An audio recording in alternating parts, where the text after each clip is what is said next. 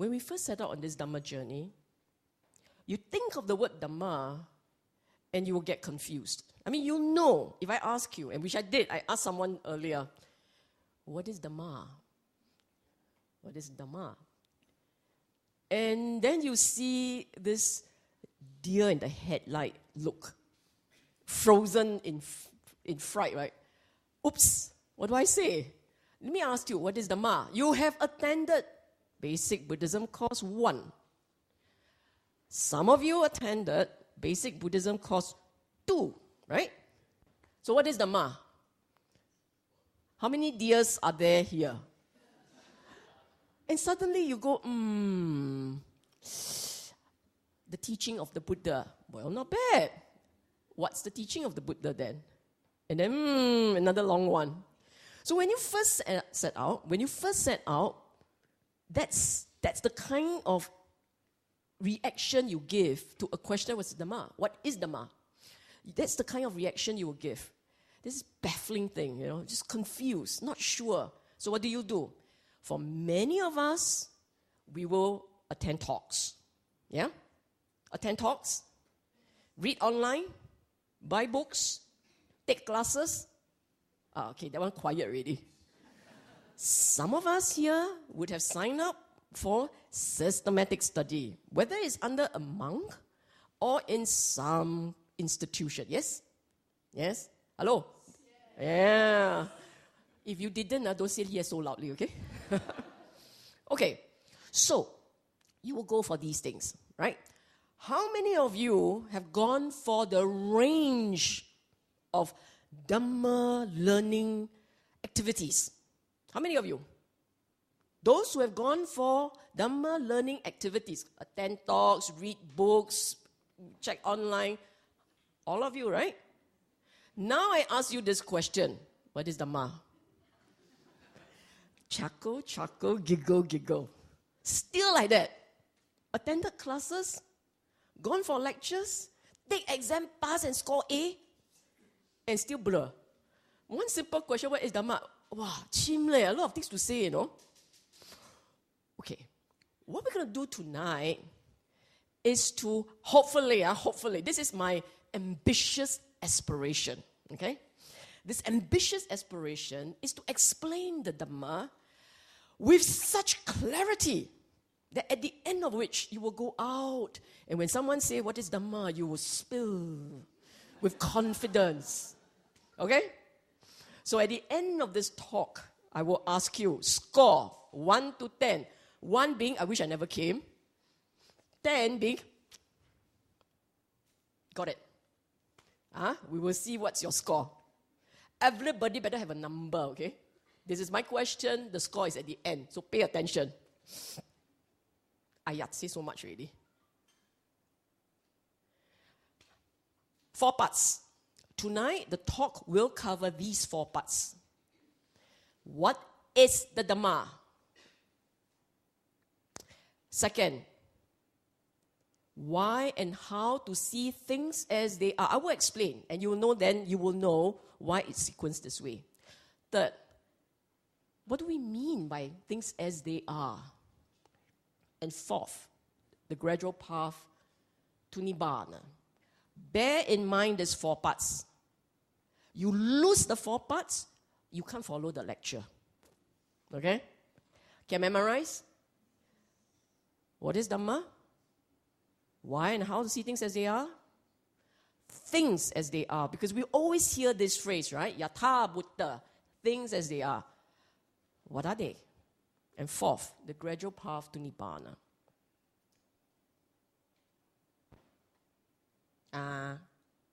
Okay.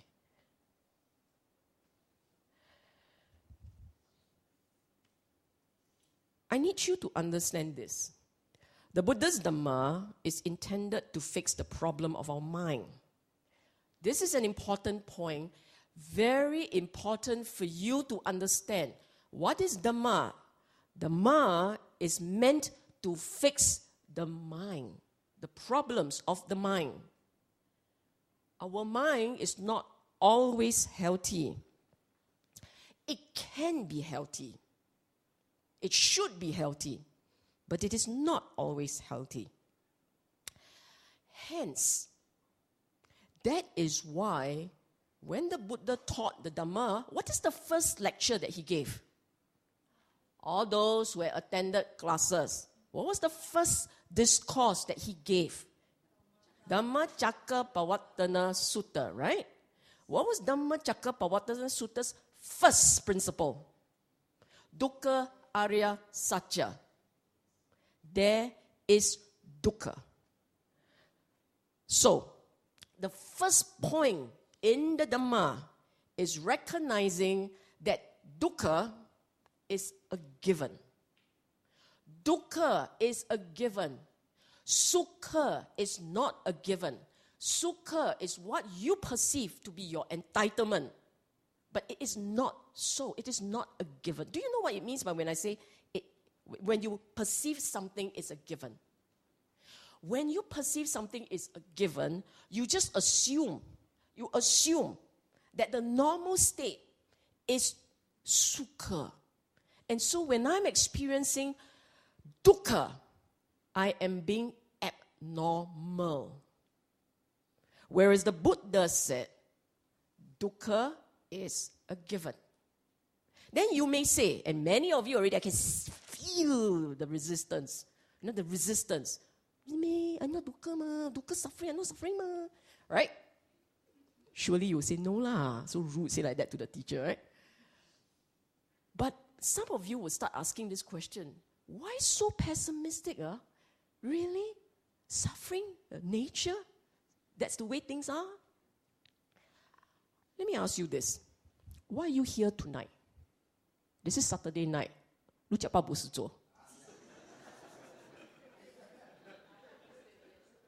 你讲吧不是做. Meaning to say, you eat food already, nothing to do. Literal translation, right? You are here because there is a part in you. There's something in you that tells you life's not perfect. Yes? That there is something in life that's missing. Which means to say, yes, you are not in suffering. You are not rolling around on the floor groaning, suffering. But you know, this is not happiness. In other words, meaning you feel you can be happier. That if this is it, 我死了算了. Surely this is not it. It is it. It means the joy, the delight, the happiness. It is there, round the corner. Let me plan for it when I retire. It is there. For those of you who are retired, you agree or not? Is it there? Deep down, you know something is off about existence. You may not be depressed. You may not be unhappy. But you are not fully, completely happy. You are at best okay. How are you? I'm fine. Okay. Very rarely. How are you? I'm happy. Rarely, right? You're at best okay. So, let's just take a step back. Just take a step back. I will explain the word dukkha. Oh, sorry, I keep talking. I forgot to show you this. See? Okay. I will explain the word dukkha. Dukkha is a spectrum of unpleasant feelings. It is not just suffering. Dukkha is if you like, a generic word for a range of feelings which you would describe as bosong. Not absolutely happy. So for this audience, the word is bosong. So when you're feeling a bit tired, that's dukkha. When you're feeling a bit edgy, dukkha. When you think you should be sitting on a chair, dukkha. Okay? You're not suffering, you're not dying, but that's dukkha. Got it? So now you see, Dukkha is a giver. You're never completely satisfied. That's what it means. Never completely satisfied. At any one time, and that's the very important thing to say, at any one time, if you look into your mind at that moment, right now, when I say now, you look into your mind, okay? Now, then you say, where? My mind, where?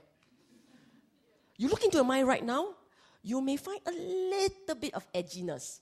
Just a little bit. Will she get to the point quickly? No.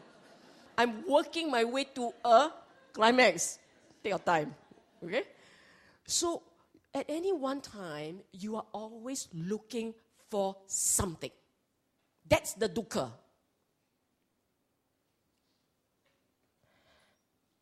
Something, always looking for something to do. Usually, before, don't look at the board, first look at me.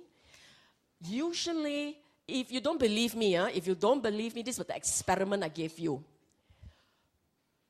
After you leave this class, don't read my book. After you leave this class, you spend from where you are, next 10 minutes. I ask of your time, 10 minutes of your life. It's a very long life. I only want 10 minutes. You don't look at your handphone. You don't talk to somebody. You don't look for something to eat. You do nothing. And you don't meditate. Don't meditate. You just do nothing. 10 minutes. I guarantee you dukkha arya satya already. Crazy, 10 minutes. Waste time only.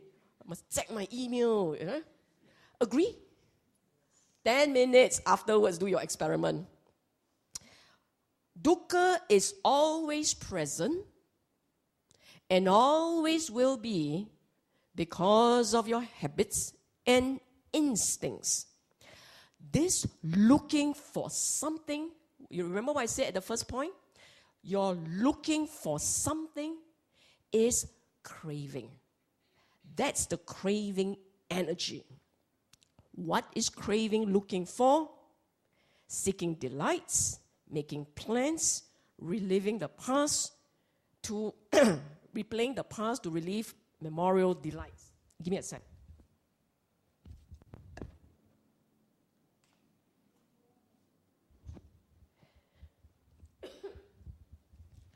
Let me explain. When I say go around looking for something, making many plans, you think about it. Your mind, you think about it. Big plans. What are big plans? Getting married, finding a job, when to have baby, where to buy the house, how do you plan for your future, when do I retire? These are the big strategic plans. You don't do that?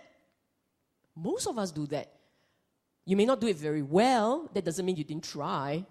You just have a vague idea about my 20s, maybe early 30s, I get married. Yeah? Something like that. Then I will enjoy life for a few years and then let's see what comes along. Like, by the way, something comes along. I'll live with my parents. These are the big plans. Then there are the small plans, the tactical plans. Where do we eat? When do we eat? What do we do tonight, What shows do we watch? What bus do I take? These are the tactical things. Do you see today how many plans you have made? You are always planning something. Have you even seen your mind not planning something? When the mind is not planning something, what does the mind do? Wow, you never plan it. Must do something. Finally, you decide, clean your house. You can't sit still. Agree? That happens to be our habits. Habits. These are habits. If you sit down, do nothing, it's like the day is dying. Nothing's happening. And when you're not planning, what do? You repeat broadcasts. Watch repeat live telecast. No, not live telecast, repeat telecast. You think about it. How often does your mind flip back to pleasant memories or unpleasant memories? And that's where problems lie. You replay pleasant memories If there are a lot of them, not bad. You will sum your life up as quite happy lah. But if you have, but you don't remember, you remember only the unpleasant ones, damn sad lor.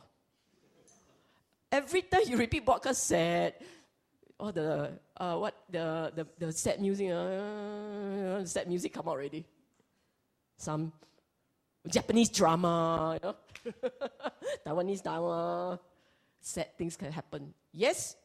No? You know yourself. What are the kinds of things you replay? And what are the sort of things you plan for? And the mind keeps doing that. It doesn't stop. Doesn't that describe our life? Our habits?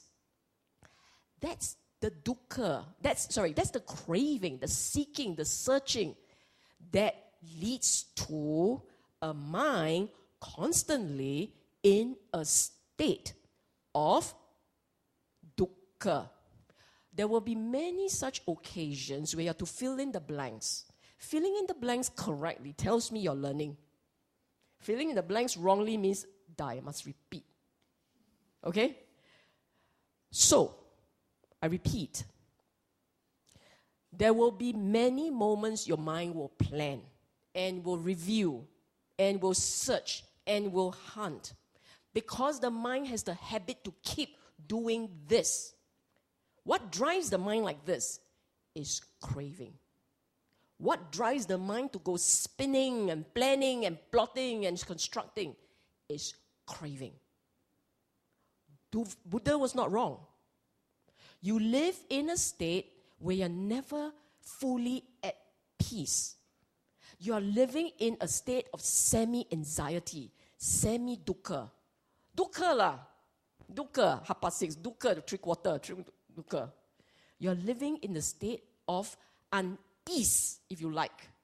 And the reason why there is that unease is because the mind can't stop wanting. The mind can't stop seeking. From the day we were born, we have been working very hard for what I call proxy delights. What are these proxy delights? You crave for sensual pleasures, sensual desires, things to see, things to hear, things to read, things to eat. You keep looking for things. The second one says craving for existence, bhava tanha. The second one means you construct in your mind. There are two parts to this. You construct an image of yourself in your mind, the positive image. I want to be like this. I want to be like this. Don't you have one? How many arahants here? As long as you're not an arahant, you surely got mental image of yourself. If I give you a piece of paper and I said, describe yourself, you will immediately put one column, all the good things, and a very small one-liner, the bad ones. That's because you want me to know you as a good person. But that's your mental construct, that's your bhava tanha. And when I say, not me, when someone else say something that contradicts your image of yourself, what do? You fight with me, lor. You fight, lor. Because what I said doesn't agree with your idolized image of yourself. Yes? Agree? Now you understand Buddha correct or not? Say. You agree, right? He's right.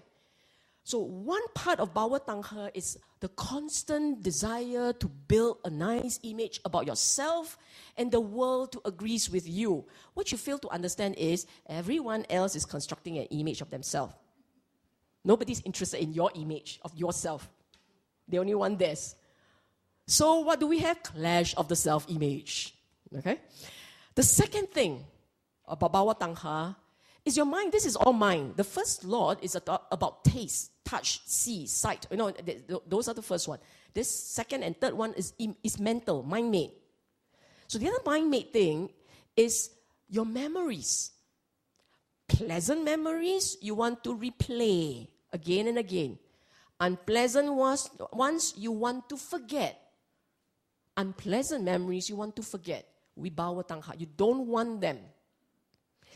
But you and I know, every time you try not to remember what happened, when you try to forget, what happens?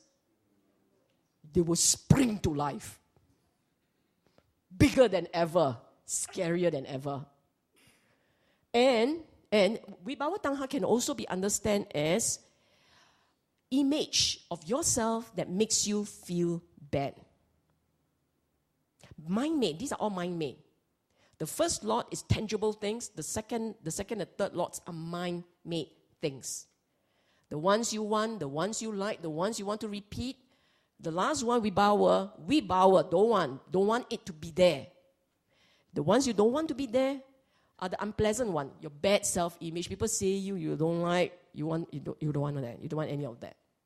Okay? Easy?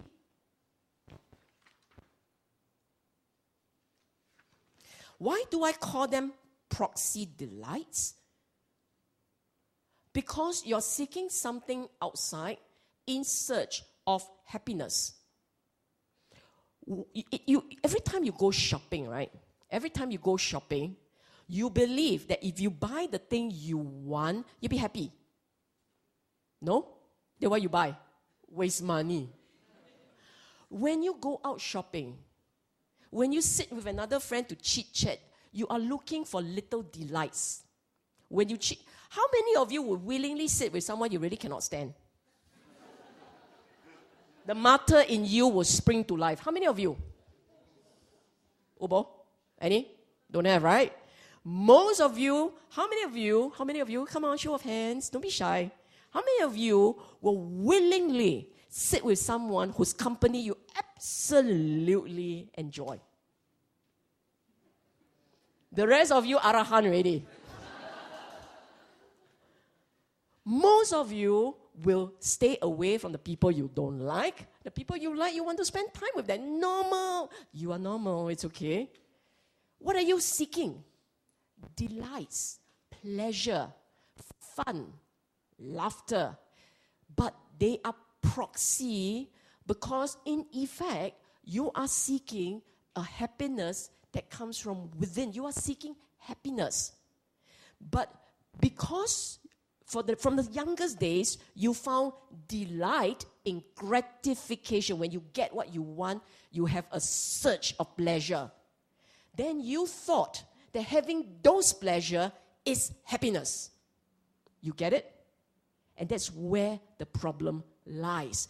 Because then you spend your whole life looking for all these pleasures, gratification. You seek things in the belief that when you get them, you will have a surge of delight. And that is happiness. You understand this? Not rocket science, right? You understand this.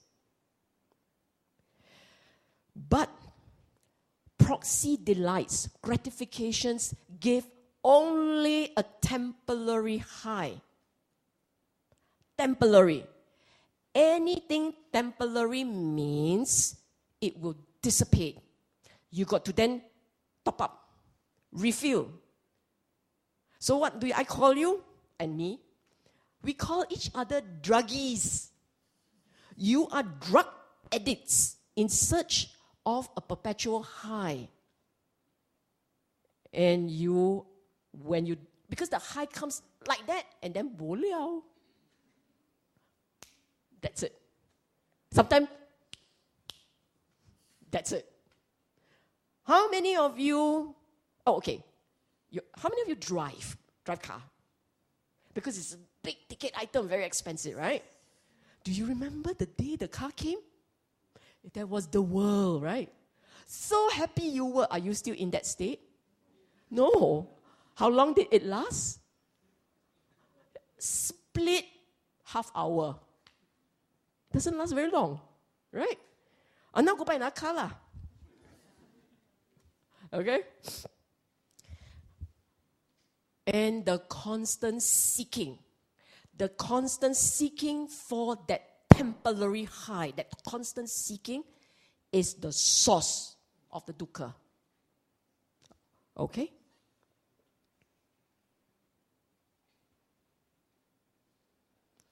But it need not be like this. The mind, it is possible for the mind to be in a state of no dukkha. Buddha called this state of mind nibbana. The challenge, therefore, is how to get the mind there. How to get the mind into that state of no dukkha. That's the third noble truth.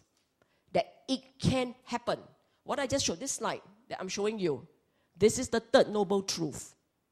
The mind can be in a state where there is no dukkha. The question then is, how do you get the mind into the state? For those of you, now we take poll, take a break, take poll. For those of you who said, I believe, I have faith in the Buddha, Dhamma and Sangha. For those of you who said, I have faith in the Buddha, Dhamma and Sangha, this is not a trick question. It is not a trick question.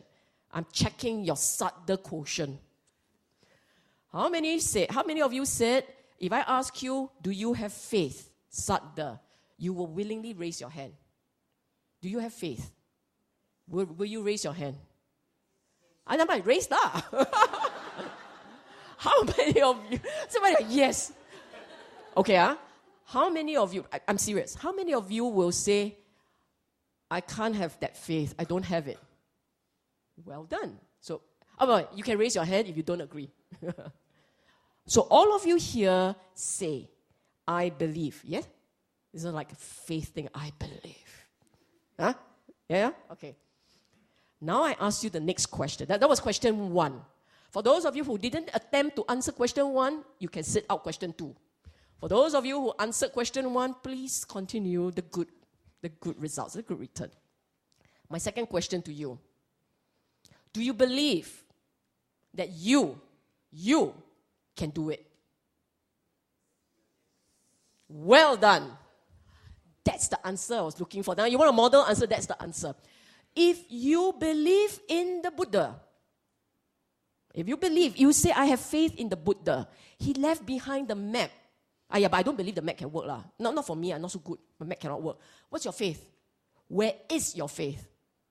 If you say, I believe in the Buddha, then you must believe the map will work. The Dhamma is his map. The map to Nibbana. And if you say, I believe in the Buddha, and he said the map will work, I don't know whether I can or not, but I believe that he said, I can. You just do. Yes? That's the way it is. Now, when we say, what is Dhamma? Dhamma is the formula to fix the mind. And he left behind the Dhamma map to show how it can be done. So from here onwards, we're going to talk about how to fix the mind. Okay? Fixing the mind has 3 parts. 3 parts. I'm going to show you the first part. Always, again and again, you hear this word. To see yatha bhuta. Yatha bhuta. What is there is. You see whatever is there as it is. What does it mean by seeing it as it is? As is. You don't make any assumption. You look at your own mind. Every time you see something, you have a lot to say.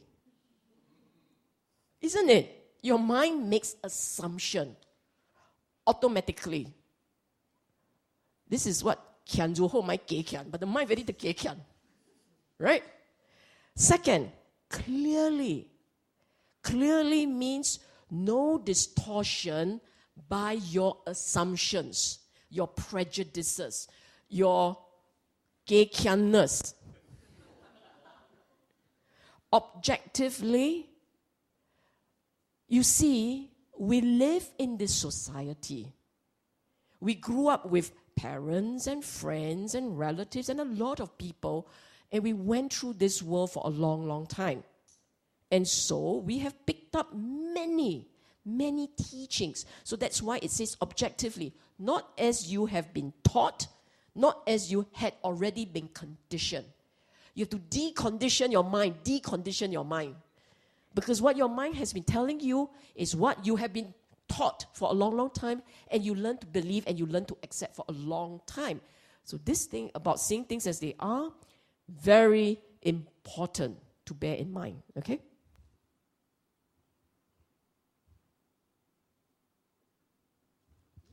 Why do you have to see things as they are? Like this. Because when you have true, objective, clear, unconditioned, your unbiased insights, when you see things as they really are, when you see the mind as it really is, perhaps wisdom would arise. And you will realize, you will realize that it is fruitless and it's painful to keep chasing and clinging. You understand? As long as you do not see the mind as it really is, you will continue on your own assumptions and do your own memory thing, and your old habits and your old instincts will not change. No reason for you to change. But the moment you are able to see the mind as it really is, then you realize, alamak, all these years I got it wrong. My assumptions were wrong. My beliefs were wrong. My thinking was wrong. I need to fix this. I have to decondition. I have to change things. Then there is incentive for you to change and do the necessary that will get you to Nibbana. How to get to Nibbana the way we are? It's like walking into a high-class restaurant in pajamas. I don't know where pajamas go to a high-class restaurant. Right? You have to dress appropriately. So dressing appropriately means getting the mind into a certain shape. That's the practice we're talking about.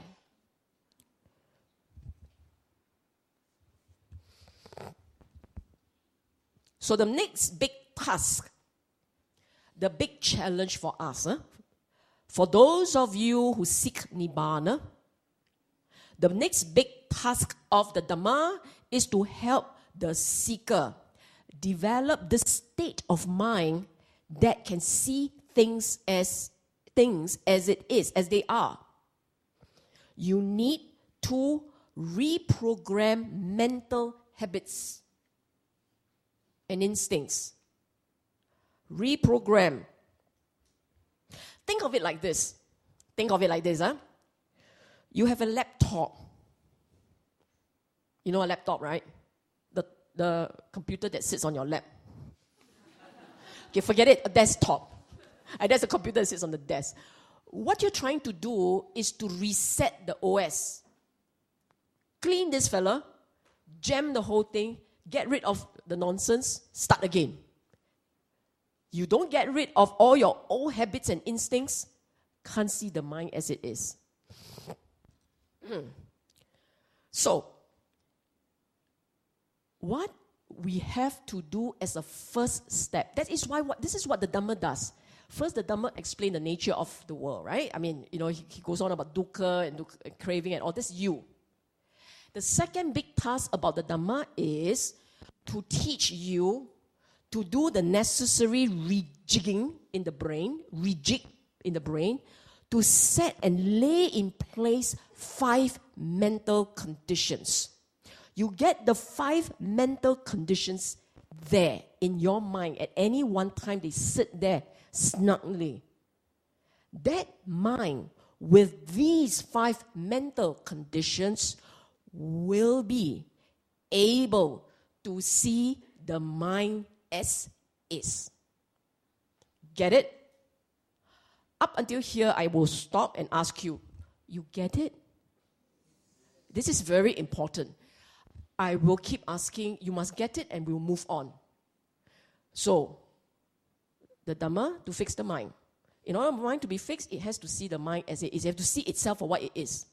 But it can't see itself. Normal person can't. Buddhist cannot. So you have to be able to cultivate, develop 5 mental states written there. Faith. Here I put sila because you haven't started yet. Eventually it will be a different word. But right now I'll say sila. Mindfulness, sati, concentration, samadhi, wisdom. These are 5 mental states that have to be developed in order that the mind can see. I will explain in detail shortly. Okay? They are essential, non-negotiable. Cannot this life do one? The other 4, next life. You sure next life human? I like that you all laugh so happily. Meaning you agree with me lah. So, it has to be 5 mental conditions, all done. 1 one shot. If you don't have 5, let's say you got 4 fifth, missing 5. Sorry, bus go on already. You didn't get exact change. Okay? And entire suttas, sections in suttas. This is important. I didn't create the 5 mental conditions. The Buddha said them. They are suttas explaining they have to be developed. And what do they look like? So I'm going to explain what they look like.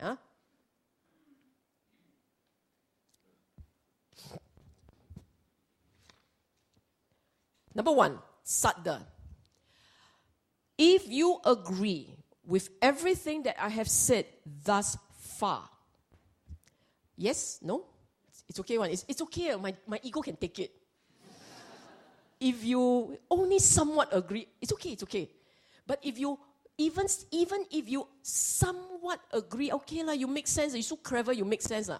Even if it's only somewhat agree, right? That you heard and you agree, that's having caveat faith. Why caveat? I say ma, you hear ma. Did you see for yourself? Not yet. All you have is my word. Now you buy the product. Then you go home and you test it and you use it and you discover the joy of the product. That's when faith will surge. Right now, all you have is caveat, saddha. And this is critical. Saddha is critical because if you say, I'm going to be a good person, but your good person is not based on correct understanding. Faith sits on some understanding. That is why my question to you was, my point to you was, if you heard what I said, and you agree with what I said, meaning you heard, you understood, you like it, it got in a bit, you heard what I say, you like it, that's faith. It's faith based on understanding, some understanding. Because that faith sits on understanding, now you understand why you want to do good, avoid evil, purify the mind. That's the important relationship. Don't people say 5 precept, you 5 precept. 8 precept, they can't ask me, like this, is it break precept? Like these, like this white line, white one, not black one, white one can or not? You know, all this is true, right? You know this. Right or wrong, you will be able to answer at the end of this talk. In the meantime, I'm not going to the precepts.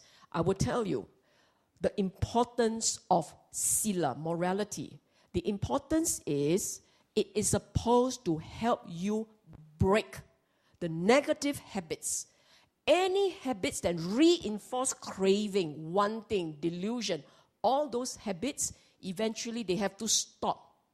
And therefore, 5 precept is a very low bar. 5 precept is as low a bar as it gets.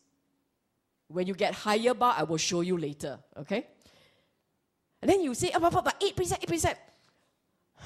See, not so great either lah, but good enough, better lah. Only if you do it with understanding. If you do it only or chew it up, God, no, not right. Good lah, you try it. We good, Buddha approve. But not good enough, okay? So one is to break bad habits, bad mental states. You're angry, you want to beat up someone. That's the thing you want to break. You cultivate good ones. The ones that strengthen your ability to say, it's okay, I will let go. It's okay, I will accept. It's okay, this kind, all these words very good. Do it with wisdom, very good. Okay? Purify the mind is to wipe the mind space clean so that eventually it can go beyond ego and craving. Eventually. Right now, you say cannot be done, it's okay, I understand. Okay? Saddha, Sila, Sati, Samadhi. I put the two together because what we're trying to achieve here is for the mind to go calm. Calm it down. Stop the chattering. You chatter too much. Your mind talks a lot. When the mind talks a lot, how's the mind supposed to see anything? We're supposed to see things as they are. See? See? No, the mind is busy talking. See what? You yourself know. If you get a security guard and he spends his time yakking on the handphone, you will sack him tomorrow. Yes? Because he can't see things as they come. Yeah? So, the same thing. You're supposed to be the security guard to guard your mind. If you talk too much on your handphone, you can't see the mind. The mind just goes bzz, bzz, bzz, bzz, bzz, bzz, like this. See nothing. Okay? So, sati, mindfulness, samadhi, meditation, the concentration, the two together helps the mind to go quiet. That's the intent of the two practices. If you think that meditation is so that you can get off the ground without moving your legs, there's a lot of effort for nothing. You understand? If you say, meditation so I can see things. What? Myopia. Get glasses. It is not. It is to quiet the mind down, keep it calm. Only when the mind knows how to go quiet, when the mind knows how to go quiet, only then can you come and talk. Now we are ready to see things as they are. Okay? So go for meditation, learn the mindfulness, understand the reason for it. And the last one. So, Saddha, Sila 2, Sati, Samadhi 4. Last one, Panya, wisdom. Wisdom is knowing what, when the mind goes quiet and now you're able to see the mind, right? When the mind goes quiet, you begin to be able to see the mind. You now are able to see the mind. But that doesn't mean you know what you're seeing. You know you're quiet. You know the mind is there. How many of you have gone in deep into meditation and mind goes quiet, you go, now see what? See what? Yes? So, normal. It is normal. When the mind goes quiet, it's ready to see. And then you go, see what? Do you know why it happens? Didn't learn enough Dhamma. You don't know what is Dhamma. Because you don't know when the mind goes quiet, it's got nothing to do. It just goes quiet and you go quiet, very happy, you come out, I'm realized, I'm blissful. That can happen, That can happen. You come out meditation, you're so quiet, so blissful. You also don't know how to scold people. So nice. So nice. And there you are. You don't know what's going on. That's not Dhamma. That's blissed out. That's not letting go. But it's sort of like let go. Let go. That's not vimutti, freedom. You don't feel free. I tell you why you don't feel free. Because you walk into a wall, you will curse. Hello, why are you here? Loba, dosa will come out already. Okay? So first thing, wisdom is required to be able to know what you are seeing. Therefore, Buddha said the way to build wisdom,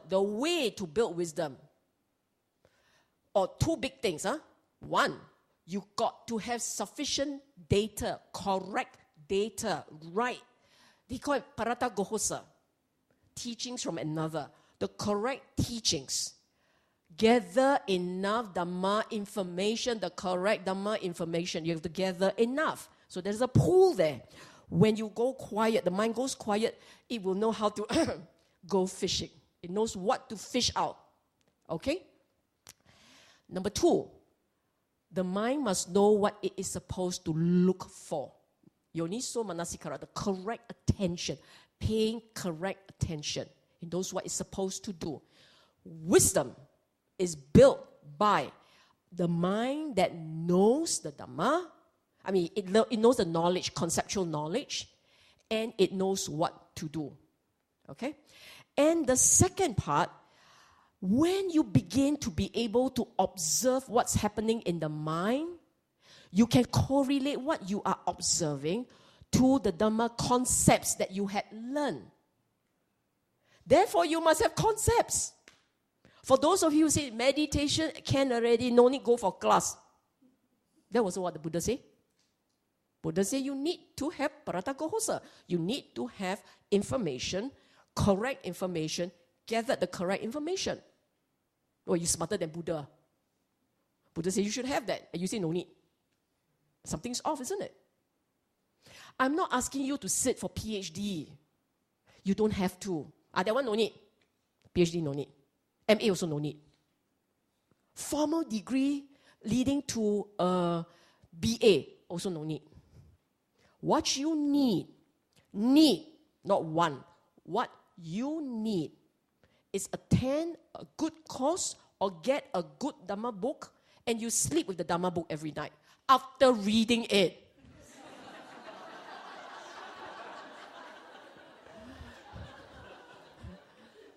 Every night, devote 10 minutes because if you last beyond 10 minutes, good, go on. But if you can't, try at least 10 minutes. 10 minutes, gather sufficient information, Dhamma information, and keep it there. Then you say, oh, my book very dry. Get not a dry one, get a one more interesting. You get it?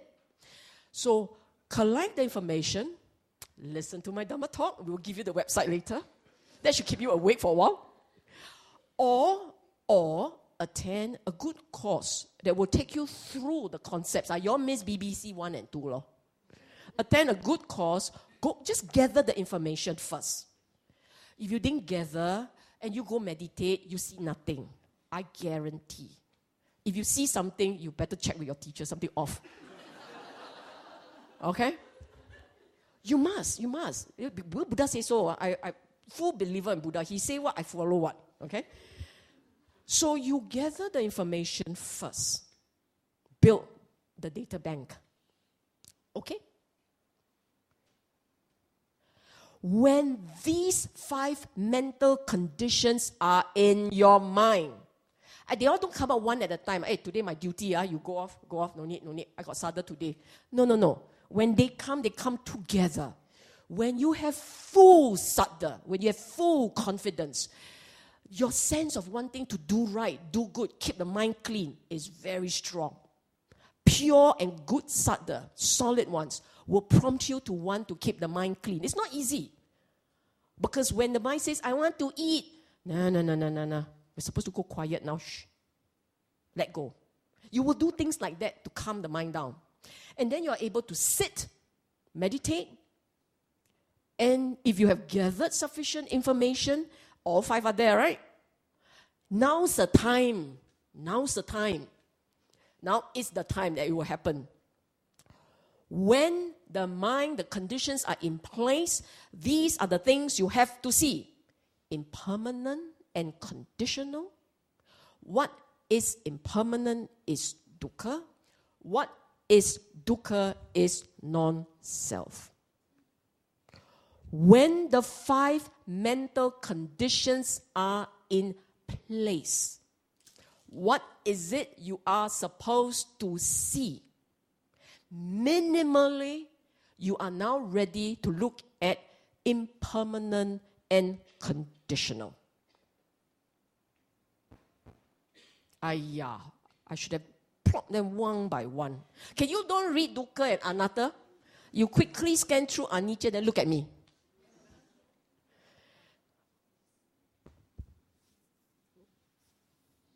Oh, no more battery. That's right.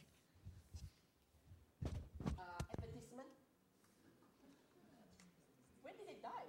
1 second ago. Oh, 1 second ago, okay. Is it still filming? Yeah. So it's filming your butt. Must you all laugh so loud? So shy. I drink water.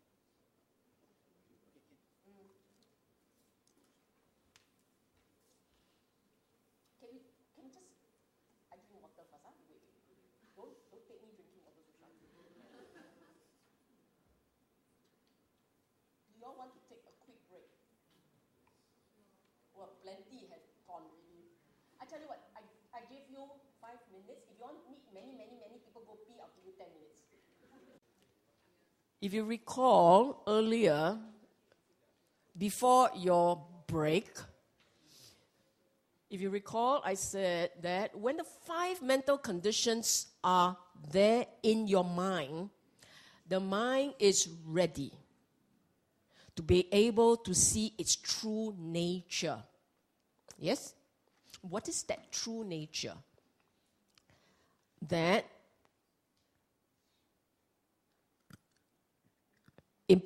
the mental states, your experience of the mind, is impermanent and conditional. Let me reverse that back slide. Hang on. It's impermanent and conditional. What is impermanent is dukkha. What is dukkha is non-self, right? I said this. So now I'm going to explain what they are, okay? Anicca, impermanent. I said here that it is so obvious, it is difficult to miss. What do I mean by that?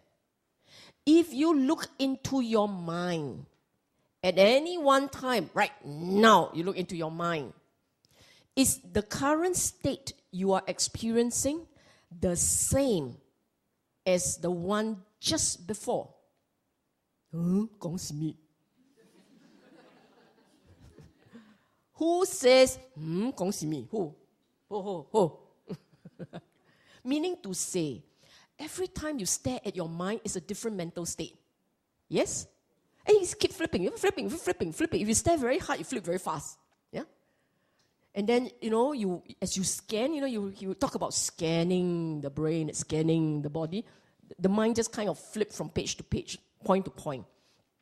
What it means is, at any one time, one of the 5 aggregates, what are the 5 aggregates? You have attended the class. What are the 5 aggregates? Body, feelings, perception, very good. Mental formation, in other words, thoughts, thought construction. Volitional thought construction, the 5th one, consciousness. At any one time, when you look at the mind, it's one of these guys. One of these, the form, the feeling, a perception going on, a thought happening, or just bare consciousness. At any one time, and it comes and goes. Actually,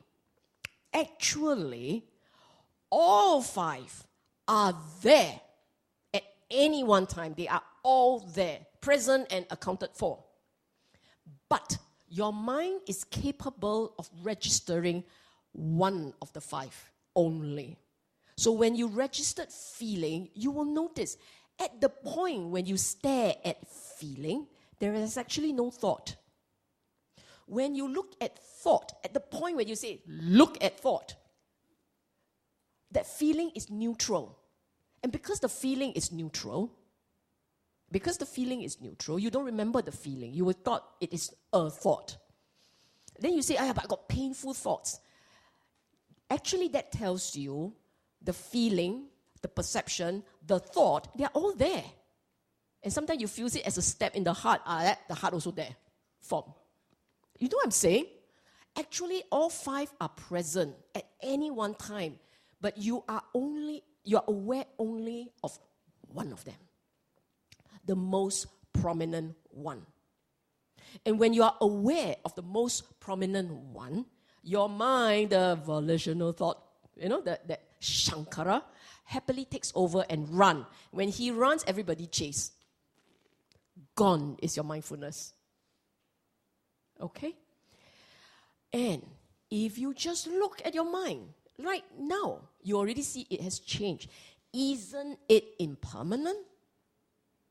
Isn't it impermanent? Must see in meditation, then see.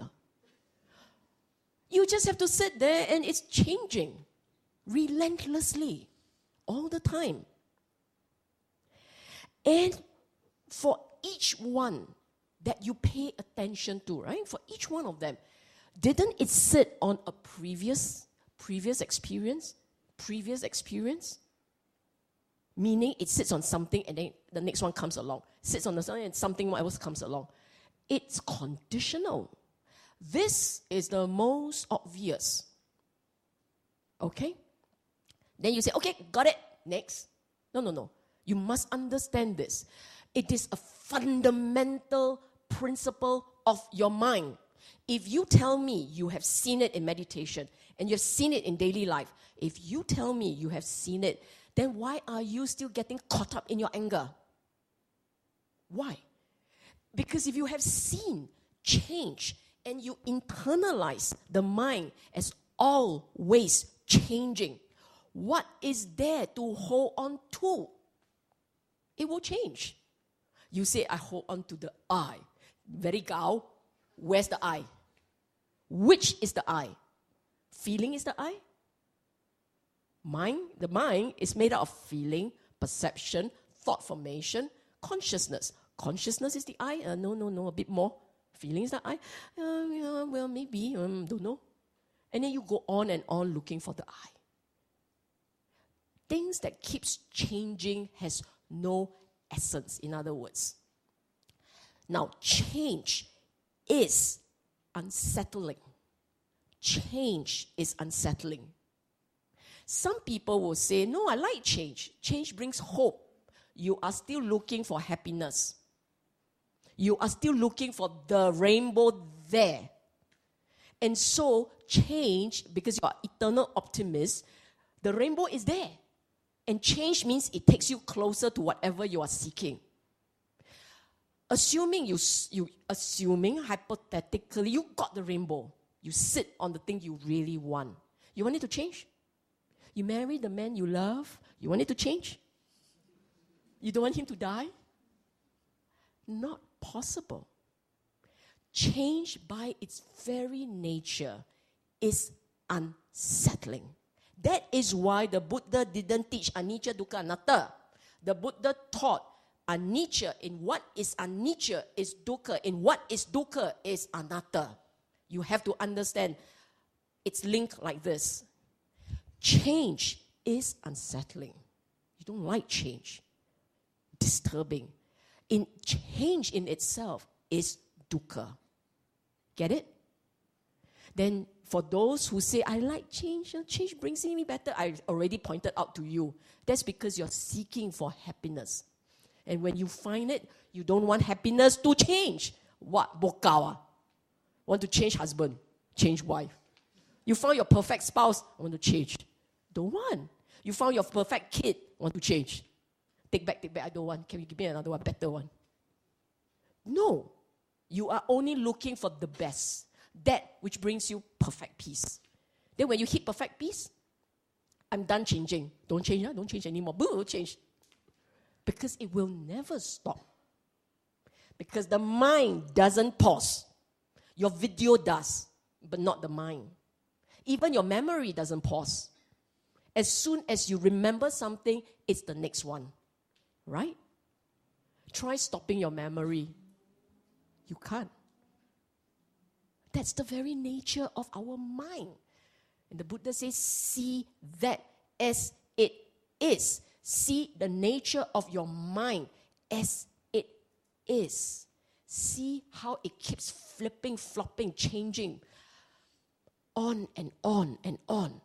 And as it flips, flops, and change, see that in that change, there is nothing worth holding on to, because whatever you hold will dissipate.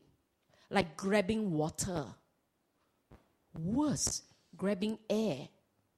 Okay, grab air, come. Not possible. And in what is dukkha, that's anatta. Now, anatta is much harder to see. You will see it eventually when you do your meditation correctly, properly. I guarantee you will see anatta. But from the start point, right now, all of us sitting down here, see, anatta is what? Anatta is what? Right now, at this point of your practice, at this point of our career, we have to do what is called proactive, actually deprogramming. Proactive deprogramming. What do I mean? You see, instinctively, we all assume there is an I, right? There is a soul. I believe in a soul. You will say, but Buddha said no soul. If I have faith in Buddha, I must believe there's no soul. How? Get it? So you have to deprogram your mind, deprogram the mind to start saying to yourself, there is no mind, there is no I, there is no self. You have to keep telling yourself that. To do that, why? If it's for real, why do you have to do that? You also believe in permanence, what? You also believe that sukha is your entitlement, what?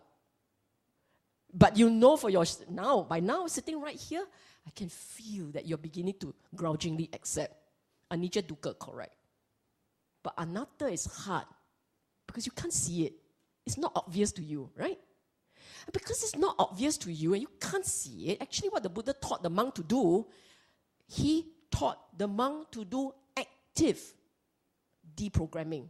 Why do I say that? What did he tell Ananda, his son, Rahula? He told his son Rahula, in everything that you see, hear, touch, taste, in everything that you experience, say, this is not mine. This I am not. This is not my utter self, soul. Okay? What was he asking Rahula to do? Deprogramming. Because you have to overcome your OS. Remember the laptop? I didn't tell you the story of the laptop, right there? I did. Your laptop has a program in it. It got hit by virus. Where's the virus coming from? From your conditioning in daily life. Friends that tell you must fight for your right. Your right. You must fight for it. Fight is the right thing to do. You know, when you're asked to fight and all those things, those are virus. Trojan horse. Trojan horse, right? Don't laugh like that, I think I say wrongly. Just laugh and they're so happy, this class. So, you see, when you have all these wrong malware, they messed up your mind. So you have to do rebooting. Cut out everything. Get rid of the OS, right? Get rid of the OS. Put a new one, brand new. And this teaching, the Dhamma, part of the Dhamma is deprogramming. Changing the OS. And this is the hard one to change. But luckily for all of us, this one for Arahant. Just that you know, it's for Arahant, okay? So, people in the practice, once they have entered the stream and so on, they have to keep doing this. Not I, not mine, not self. No self, no self, no I, no mine. It goes on and on and on. Until the mind shifts. When the mind shifts, it means it drops the old habits. It drops the whole habits, okay? One last point to make about anatta, this thing about may conceptually understand mental, physical ecosystem. Does this line make sense to you? No. You see, now I'm going to help you conceptually understand. How many of you know that there is a stomach within your system? I like you guys already. Circulatory system. What else you have? Respiratory system. What are they called? They are called system. Did you have anything to do with the system? Did you? Now you breathe, now you go in, now you go down. Did you have anything to do with all the system that's working in there? Nothing. It does what it has to do by themselves. So there's an ecosystem in there. This is the physical ecosystem. It does all its work by itself. You have nothing to do. Can you tell yourself, don't grow fat, don't grow fat, don't grow fat? Fight against your genetic code. Don't go fat. Stop eating. Boom. You can't, right? There's a genetic code, right? You had nothing to do with the coding, right? Your mother's fault. A father's fault too. The point is that there is a system that has nothing to do with your willpower. It does its own merry thing. That's the physical form. I know. I talk about physical form, everybody understand. Ecosystem, got it. Anatta, right? Can you say, do this, do that? No, it does its own merry thing. What food you enter here will eventually land here or get out. It's a normal process. Just like that. You have no selection right. You don't say, hey, the shark's fin stay there, and all this fat thing, I'll go down. You don't do that, right? You can't. You have no say. What goes in, the body takes over. Hello. Then they do whatever they have to do, right? Okay, now mental. This is the physical ecosystem. What's mental? You think you have every control over the mind, right? I ask you, don't lose temper. Why you lose temper? I ask you, don't be prejudiced. Why you prejudice? I ask you to watch the mind. Why you don't watch? Why can't watch? For the ones who try to do meditation, try so hard, stare, then the mind drift by itself.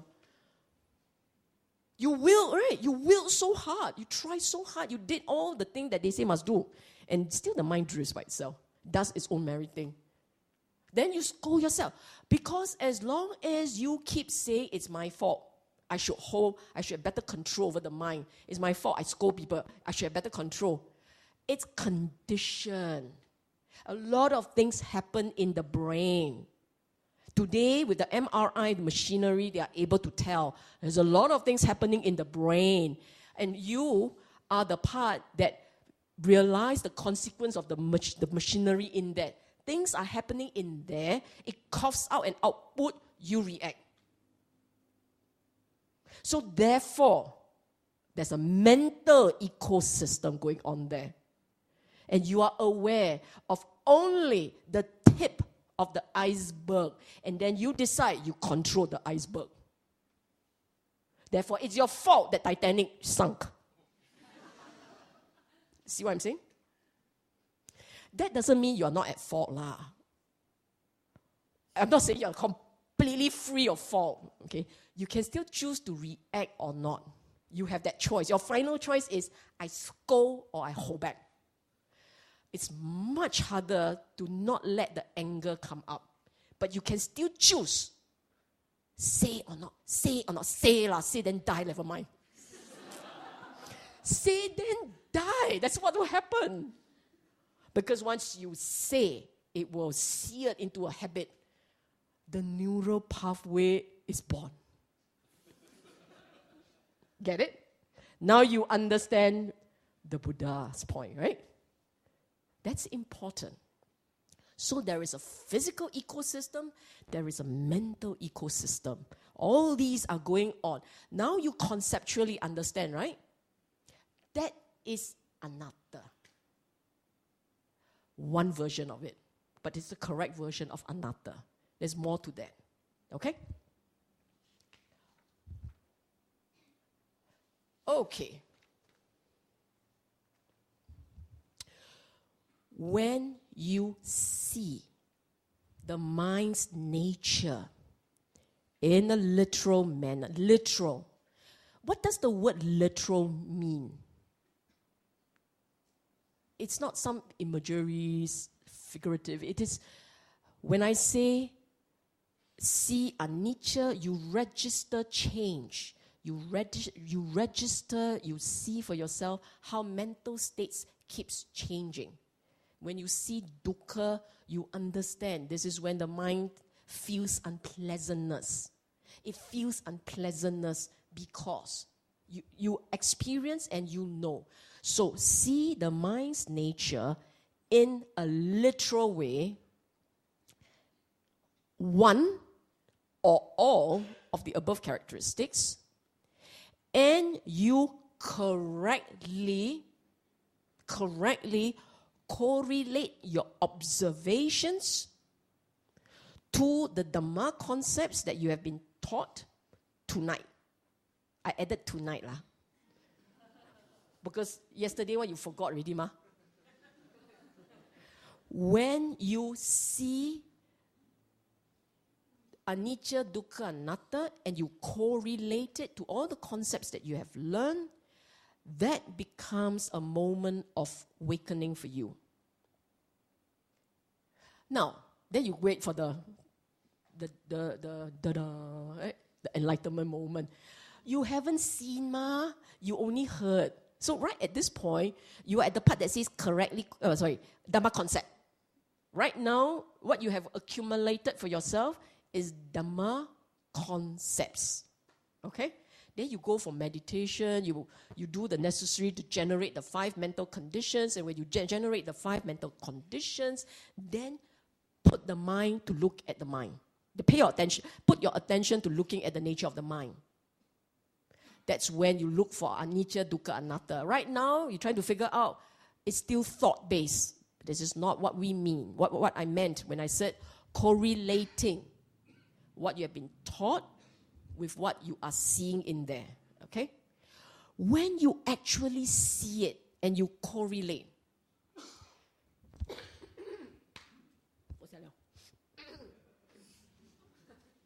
Okay. When you correlate, and it's a moment of awakening for you, a realization for you, at that moment, moha arises.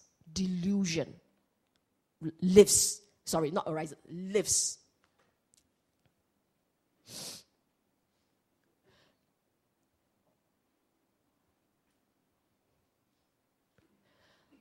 Moha. Let me just explain the word moha. We all, at any one time, lived in a state, our mental state. At any one time, our mental state is shrouded in moha, delusion. Why do I say that? Because you look at your own mind. Always go back to the mind. At one time when you look at the mind, what is that mind doing? Looking. The mind is seeking. The mind is bored. The mind doesn't feel great. The mind does things, does its own merry thing. Why does it do its own merry thing? It's looking for delight. You look at your mind at any one time, doesn't matter young or old, male or female, whatever religious groups, whatever nationality, doesn't matter. As long as you're human, that's what's going to happen. At any one time when you look at the mind, it's bouncing, it's seeking. It wants to do something, it wants to plan something, it wants to go somewhere, it wants to be someone, it's trying to do something. As long as that's what it is doing, as long as the mind is bouncing and wanting to do, wanting to do, it's programmed, it's running by its own program. And that program to go looking, seeking, hunting, whatever, that programming is moha. Because if you take out that program, you change the program and it doesn't seek, it stops. It will only stop when it realizes the needlessness, the uselessness of seeking. What is it seeking? Pleasure, delight. It's seeking pleasure and delight. Why are you seeking pleasure and delight? Because you believe delight will bring more delight, will give you permanent happiness. Isn't that a delusion? Do you see that? You are beginning to get it, but you can't quite pin it down. Am I right? You're beginning to understand moha, but you're not sure because you're new to this. You're new to what I'm saying. So because you're new to it, I say, trying very hard, and you hear and listen, trying very hard, and both of us are trying very hard, and something will happen. You'll get something. But then you say, but I have to go and memorize again. Meaning it's not quite there. It hasn't sunk in. It will sink in. It will sink in at the end of the lecture. I guarantee. because there are some things to do. Okay? So, moha is when the mind is still shrouded in its own operating system with its own assumptions, its own belief, its own understanding, its own thinking. You are all. Okay? When moha lifts, everything's brand new. Your values change, your thinking change, your seeing change, your understanding change, your assumptions change. That's what's happened. So as long as you're still operating on the old system, moha. Okay? I'm not scolding you. It's just like that. Now, when the moha lifts and you see the mind clearly, and you realize the mind clearly, that realization and that internalization of the new knowledge is temporary. The relief, the joy, the bliss, the Dhamma joy you feel, temporary. It's magnificent when it happens, but it's only temporary. The effects are temporary. Why? Because your old habits will come back. Your old habits will all come back. Someone says something you don't like, boo! Say me, you will say. It's just like that, it's just habit, okay? And only when you're seeing and understanding, only when the seeing and understanding is penetrative enough, only then will you enter the stream and become a Sotapanna. What does it mean? Wait, the word is stream, right? Buddha always say enter the stream. As opposed to flood. Sorry, A for if you get the right answer. Not the word I'm looking for starts with letter A. Enter the stream as opposed to us living in the flood. An analogy that the Buddha used. The analogy that the Buddha used to describe someone who realized the Dhamma for the first time. That penetrative insight. Realizing the Dhamma, he used the word entering the stream. The rest of the world lives in an ocean, a flood. Flood. Why flood? Because we are constantly bombarded by arising cravings and desires in relation to the world inside and the world outside. The inner world and the external world, all the attractions around us, you are constantly battling. If you are not sure, if you don't believe, you just stare at your mind. It goes in, talk, comes out, talk, in, out. It keeps doing that, bouncing around all over the place. If you say, I don't see it, because you're used to the bouncing. After a while, it doesn't bother you anymore. It's just like that. But if it bounces more, that's where you go into depression. Okay? So, what happened when the person enters the stream?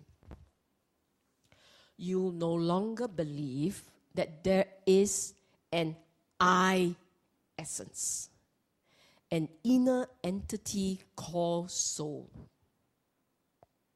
It's kaya ditti. You break a certain habit, delusion of the belief in the I essence.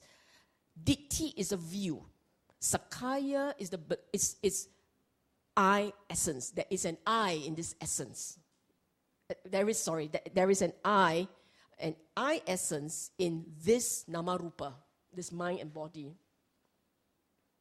When you realize that the mind, its experience, the mind keeps flipping, your experience keeps flipping.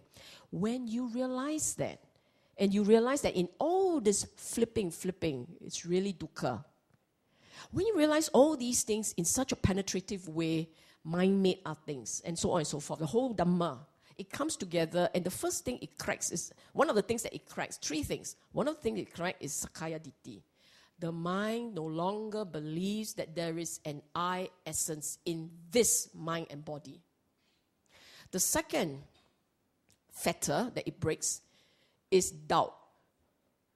You are now sure of the Dhamma, of the path, because you have seen for yourself how the mind works, how the mind keeps changing, how the mind feels peace when it does not chase and want. Okay?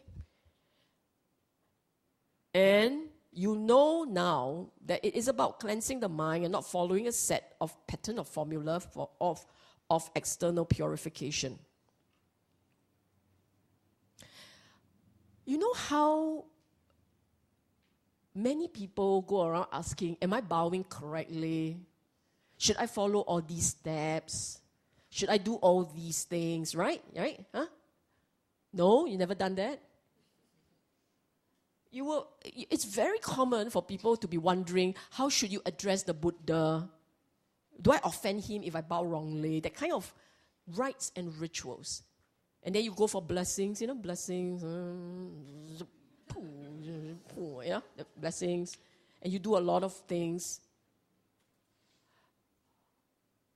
It's very common for us, not understanding how the mind works, will believe there is a way of fixing the mind's problem.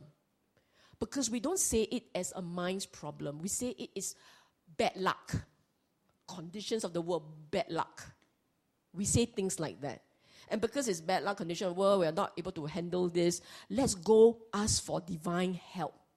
So you go for purification, you seek all kinds of measures to improve your luck. We do things like that. But it's actually your mind, not your luck. Luck, it's just conditions, things happen out there. If you have no craving, no wanting, no chasing, you don't mind anything, whatever happens, you just deal. Whatever happens, you just deal. You don't have to worry that it must be the best condition. Best also like that. Best also will dissipate. You will expect whatever good, bad will come next. It's not necessarily bad, but it won't stay. It won't last. Things don't last. They will just come and go, come and go. And if you see how your mind accepts come and go, and it doesn't ask for any more, then the mind's at peace. You see what I'm saying? So, when the mind understands how it works, it will have full confidence. Having full confidence, enter the stream. Okay? When that happens, your faith will explode.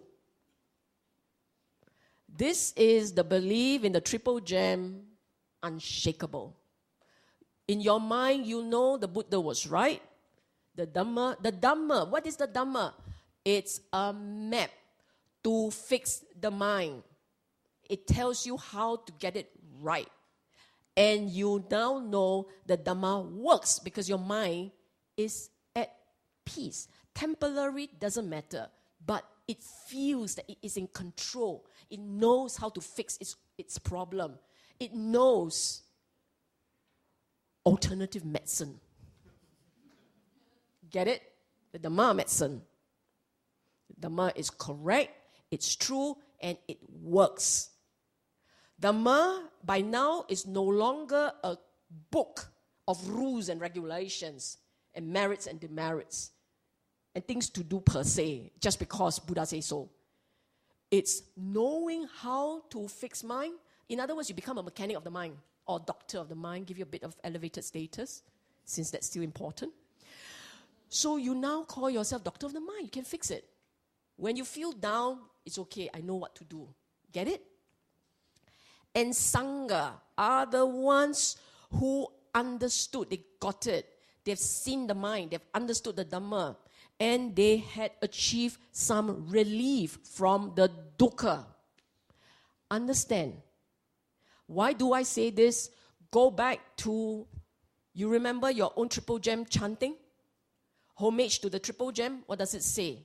Supatipano, Bhagavato, Sāvaka Sangho. You all know this.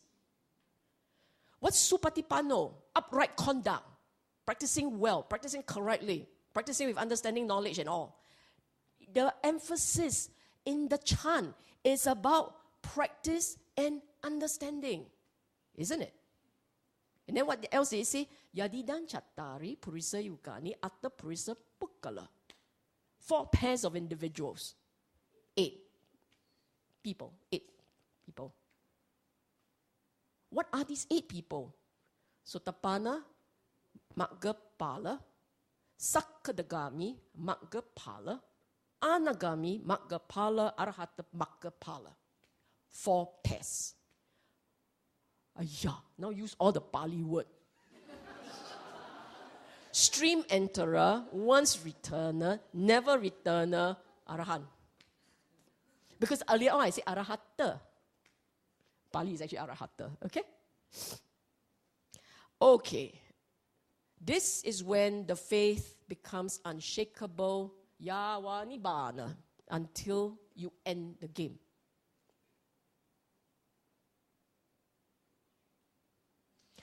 Originally, the plan was to stop here, take a break, so you can come back for more. You know what? I think I need the break. Can we just take 5? There's 5, huh? You need to go, you go quickly and come back. I just need 5.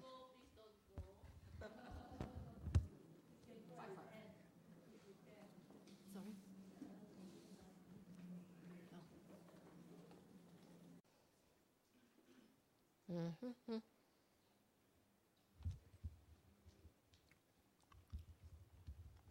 Okay. 1 minute, huh?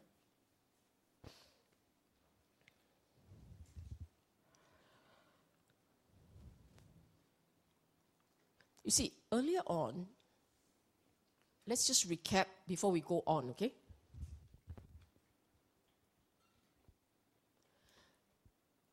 Do you remember the structure up to this point? All that has been said.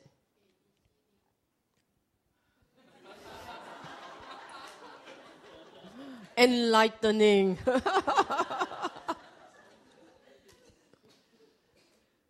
The Dhamma is about fixing the mind. In order for the Dhamma to be able to fix the mind has to be able to see itself. Yes? And the third part is, what does it see? What is it supposed to see? We say it has to see itself. It has to see itself. In order that it can see itself, it has to cultivate 5 mental conditions. With the 5 mental conditions present, it can see the mind. If the 5 mental conditions are available, it can see the mind. The next one is, what is it supposed to see? Yes? Then you will say, enter the stream already, what? Jackpot. Right? Because I ended the last part with stream entry. Okay. Now I'm saying this, but it is not game over.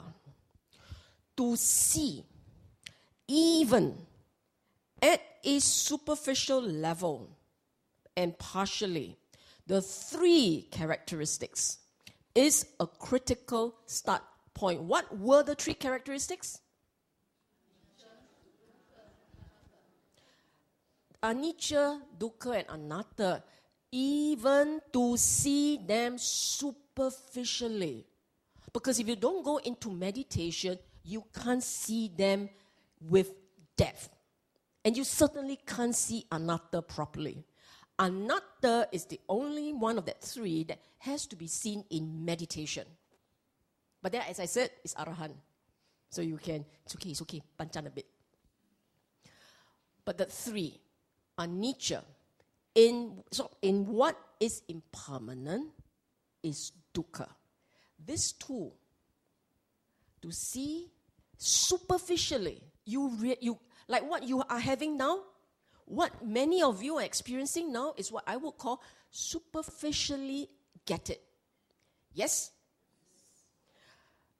This superficially getting it, I get what you're saying, this superficial getting it, this is a very critical start point. Because if you don't have this as a start point, what's the purpose of practicing? What are you working towards? In this game, we are working towards nibbana. Nibbana is a state of mind where there is no more arising of craving. Craving doesn't arise. When craving doesn't arise, you don't feel dukkha. You understand this? very subtle, tentative, gouging yes. But you get what I'm saying, huh? Now, letting go of craving. This letting go of craving is not a case of I want and I don't want. If you say I don't want craving, that means I want no craving. You are still wanting. The mind has to let go, let down, no desire, spontaneously, on its own. The mind makes no demand. You might, for the ones who are very clear about the arising of craving, you see many times arising of craving, you go, how like that? How can that be done? That's the point. It can be done. It can be done, but there are things to do. I repeat, it's all about the mind knowing how to just let go of craving. Doesn't ask, doesn't seek, doesn't chase. The mind just sit and accept. By itself, not pushed, not nge lai. You nge lai is not, more dukkha. Nge lai equals lagi dukkha. Okay? It must be ching ching song song like that. Okay? Why every time I use Chinese you all laugh? So happy some more. Lucky my manat not so big leh. Well, my very kick sim really. Okay, the second point here which I need you to register, especially for the ones who have done a lot of meditation. So deep your insights, so deep your seeing. The second point is very important for you. For the rest, learn. The second point is insights. It is not about insights. The whole game is not about insights. The whole game is getting to the insights so that you can get on with the journey. You must remember that. There are people who will say, it is all about the seeing. It's all about the understanding, the realization. You do realize that when the Buddha laid down what must be done, you remember, for those of you who have attended my talks, you remember the conversation between Ananda and the Buddha. And in that conversation, Ananda asked the Buddha, Buddha, what is the purpose of sila, morality? Buddha said, so that you can have no remorse. Buddha, what is the purpose of having no remorse? Buddha said, so that you can be happy. Piti, you have piti, arising of piti. Piti is joy, rapture. What's the purpose of having piti? So that the mind has calm, tranquility, passaddhi. What's the purpose of having passaddhi? So that the mind can concentrate. What's the purpose of this? Wait, it's coming. Concentration, meditation. What is the purpose of meditation? Ananda asked. Buddha said, so that it can see the mind as it is. Yatha Buddha Jnana Dasana. The Yatha Buddha see the mind as it is. Knowledge and insight. That's the purpose. But he didn't stop there. What is the purpose of knowledge and insight? So that you can experience nibbida. Nibbida. Disenchantment. What is the purpose of nibbida? So that you can experience viraga, dispassion. What is the purpose of dispassion? So that you can experience vimutti, liberation, freedom of the mind. And then nibbana.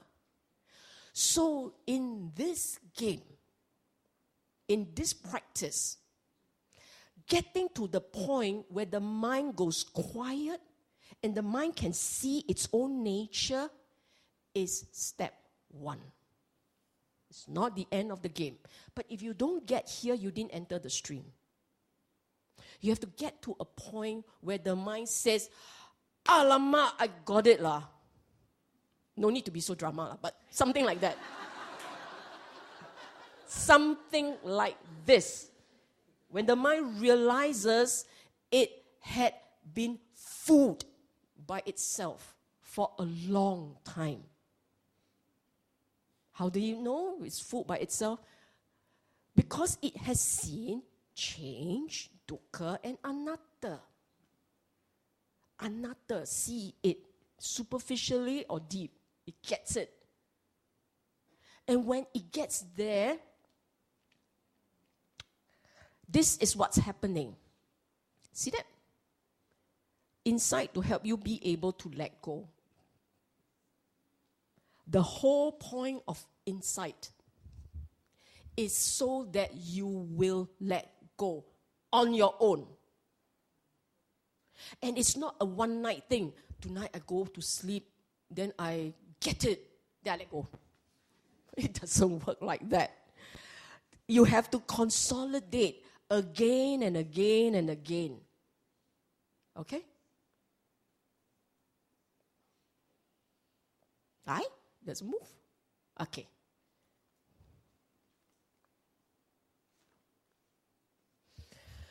Most of you will be familiar with the Eightfold Path, yes? You so happily tell me Dhammacakkappavattana Sutta, right? Dhammacakkappavattana Sutta was where Buddha introduced the Eightfold Path. But actually, the full works is a Tenfold Path. There is Sammajnana, correct knowledge of the true nature of the mind, and correct knowledge of the Dhamma and the practice.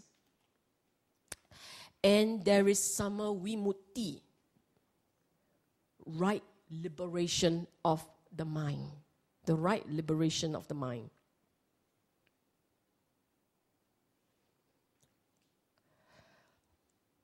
It is incredibly difficult to break habits. It's very difficult to break habits and instincts. You ask yourself, ever since you swear blind that you're a Buddhist, and you took your precepts, and you say, I will do good, do no evil, and purify the mind. Ever since that, you didn't like yourself very much every time you lose your temper. Yes? And still it comes up. Yeah? Maybe you do very well, so it doesn't come out as much, but it still pops up. And that is because the mind has habits. It has certain image of itself. It keeps going back to the habit. If you're not, they're neural pathways, they're all fixed. They are AYE. You want to change people's habit, use BKE. I want to go AYE. They keep doing that. So you have to consciously shift, force the mind to change habits. If every day you must eat five spoons of rice, today I ask you cut to 4. Oh, I can die. 4? I will be skinny and dead in a week. The mind has... So you after you take 4 spoons of rice, your mind keeps going, I'm not full eh. I'm not full. Usually how many people eat how many? 10. Okay. 10 spoons of rice. Now ask you eat 8. Oh, cannot take it, you know. It's the same thing. Mental states are very difficult to break. So you tend to do what I call the tango. Not that I know how to do tango, but the tango, you know, you go back, you go forth, you go back, you go front and you go back, and 1 step forward, 1 step backward, hopefully 2 steps forward and only 1 step backward. So in very zing and zong way, you make your way forward. Yes? You go for retreat, oh man, 8-fold path, now 10-fold path, come for 1 class, increase by 2. And then you go and you say, okay, I shall try very hard. You go for a retreat, you come out, yes, finish, that's it. Students have been saying, we can't revert to old habits. Of course, you never go on. You must know the rest. So, what is daily practice? Oh yeah, so fast went to that, huh? Wait, Sorry. I only need you, I'm not going through this with no time. I just need you to know. Do you remember this? 37 factors of enlightenment. All these,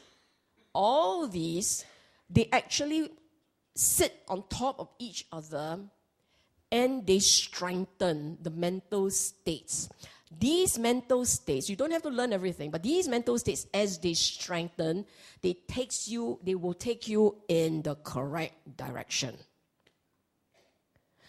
constantly recrafting your mind. That's the point. You have to constantly recraft, reshape, retool your mind. Keep bringing into the mind the correct mental states. They are all there. These are the mental states required for you to keep going. Now you're getting more and more depressed. No. This is just normal. Your mind has very bad habits. You have to keep building the correct mental states so that you keep going on the right track. Actually, that's what it means. And these are the ones that will take that Sotapanna, take him from a state of understanding and deliver him all the way to Arahant. That is why the Buddha used the word Seka to describe Sotapanna, Sakadagami, Anagami, 4 stages of saint, right?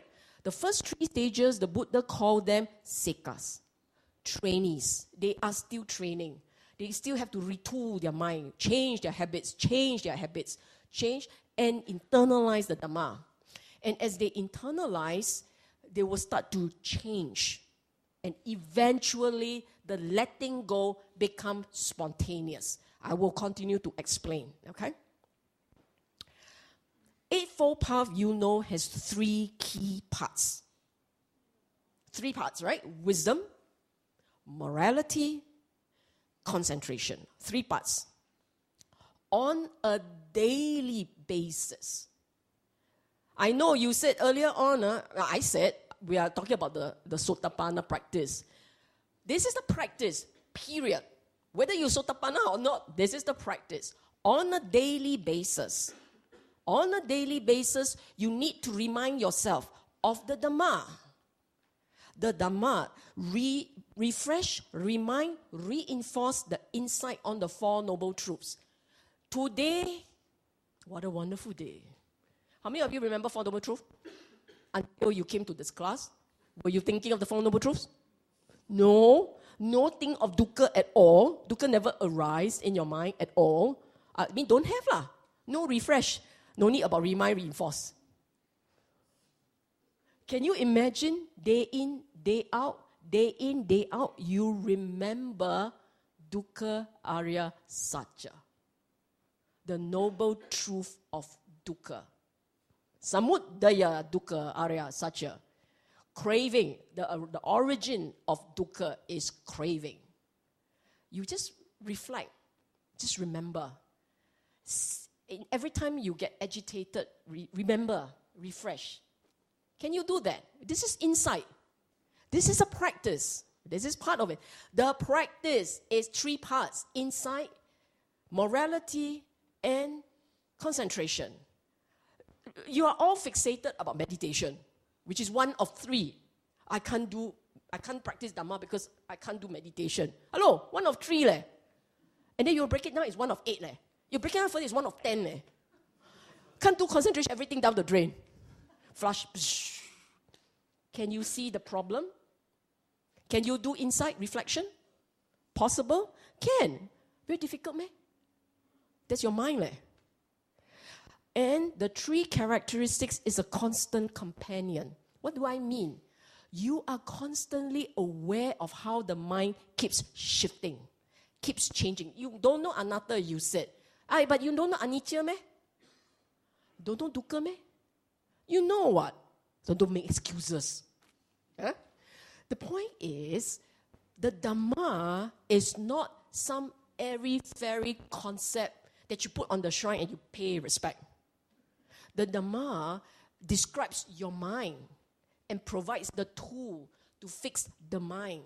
If you are really serious about resolving the mental problems you experience, then put some time to reminding yourself of the basics. 4 Noble Truths, 8 Paths, plus the 3 characteristics, they are both the basics and the pillars of the Dhamma. You get these enough. No need paticca samuppada yet. Because it will come when the rest are obvious. Don't spend your time. I don't understand paticca samuppada. I don't know why. Does it matter? You also don't understand anicca, dukkha, and anatta. And that's the basic, the fundamental pillars of the mind. So go for this. When I say see conditionality, what I mean is this. I'm not asking you to see paticca samuppada. I'm saying you have craving. Do you know how that craving comes up? Because of feeling. That's all. This part you can see. Feeling. I like, I want. I don't like, I don't want. That's paticca samuppada ma. But you 2 out of 12. You 2 out of 12 very good already. No need to worry about the rest first. You get what I'm saying? See craving, see its correlation with feeling. See feeling, see its correlation with contact. This is all obvious. If you can see this again and again and again, ever so often you get reminded, you will get calm. And this is a daily practice. Okay? So, on a daily basis, I don't want even to tell you hourly basis. Daily, only 24 hours, you just do once. But when you're really practicing well, you do more times, okay? More times, okay? So, that's one part. What's the next one? Sila. And this is what I meant when I said precepts, they are a very low bar.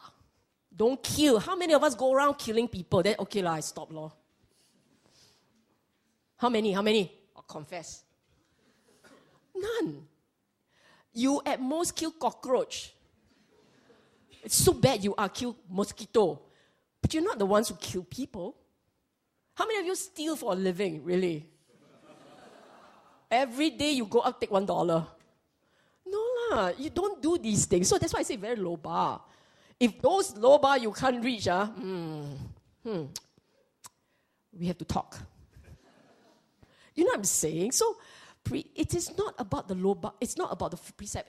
It's about low bar, dosa, and reduce moha. Low bar, craving, greed. Dosa, hatred, ill will. Moha. The part about do good, avoid evil, purify the mind. This is the part. And it's really the small game that makes the difference. Don't scold the person. That's what makes the difference. I give metta. You don't scold people, can already give metta. We all talk about metta. Right? Hello? And the mic also cannot take it. We talk about metta, karuna, well, big thing, right? The Abrahma Vihara, okay, big thing. Just don't scold. Don't grumble. Don't complain. Don't give negative feedback. Can already start like that. Whole day. Then the loba part, the loba part is cute. Loba part is actually, we get caught up in the big thing, on money. I'm not the sort who asks for money. Yeah, but you ask for an extra piece. People want, you take first. That's the little thing, Queuing, and people cut queue, not happy. Well, I want to be first. That's the little thing that counts. Can you give? Can you say it's okay? Like that. And the small thing first, okay? Small thing. Don't worry about the big thing. Small thing can do, big thing will just happen naturally. If you're just gunning for the big thing, the small thing didn't do well, your big thing is up, down. Meaning, metta, boo. Karuna, boo. Like that lah. This is what will happen. That's sad, right? 上得太高，跌得很痛。My new words. Vigilantly acting on reducing the akusala while developing the kusala. What do I mean? Akusala, right now we are still talking about wholesome, unwholesome. There is another set of akusala, kusala, which is skillful, unskillful. Okay? And what is the skillful, unskillful one? Nobody would say restlessness is immoral. Who say restlessness is immoral? Nobody says that. Nobody will say perplexity is immoral, unwholesome. But it is akusala. It's unskillful because it will obstruct your practice. Why? When the mind is restless, it goes like this. Spin, spin, spin. It can't settle. You want to sit and meditate, you might as well just spin and meditate. Meditate on the round and round. Because your mind will spin, you will get agitated, and half the time you keep going, I want to quiet, I want to stop, I don't want to drift, I want to stop, I don't want to drift. That's akusala.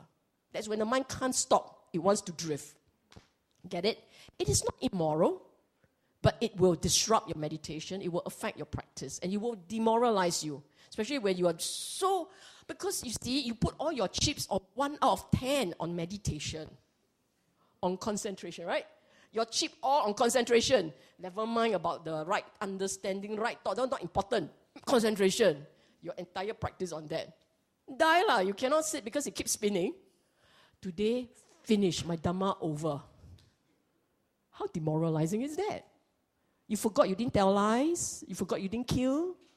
You forgot you are a good person. No, you want to chalk point, you chalk everything. And then that one small part lah. Okay?